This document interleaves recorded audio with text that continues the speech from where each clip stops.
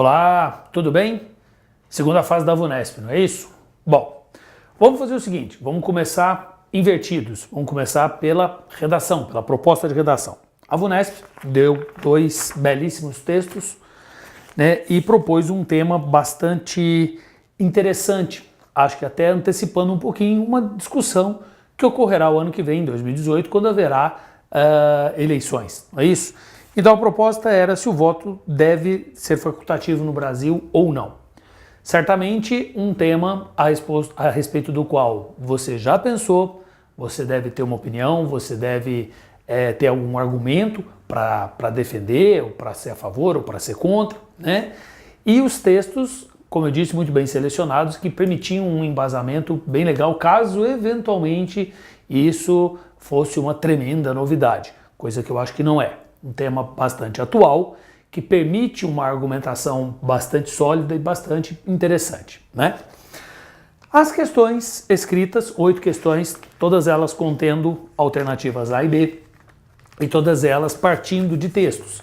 Às vezes de um texto uma pergunta, às vezes, o que na maioria da prova aconteceu, do mesmo texto 2 ou 3 perguntas, né?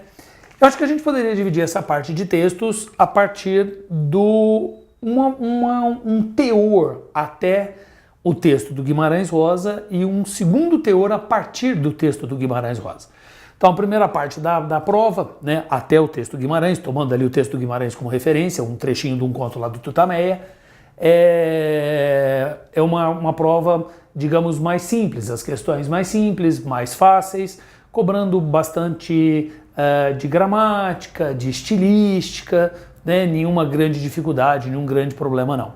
A partir do Guimarães, as perguntas ficam um pouquinho mais elaboradas, não difíceis, não complicadas, mas um pouquinho mais elaboradas. E uma coisa eu acho que tem que ser dita a respeito das 8 questões escritas, né, que foram dadas na prova. Elas exigem uma boa e grande capacidade redacional.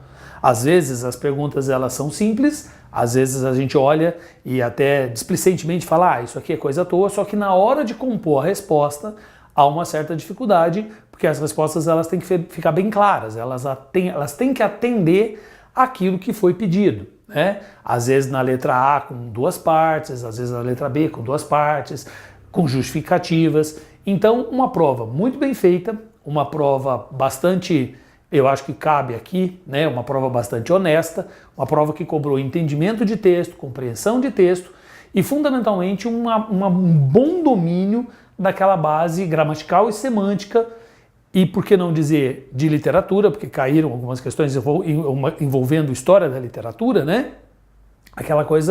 Aquela noção básica que a gente tem que ter desses vários campos aí do português que me ajudariam a construir uma boa redação para essa belíssima prova. Tá ok? Grande abraço!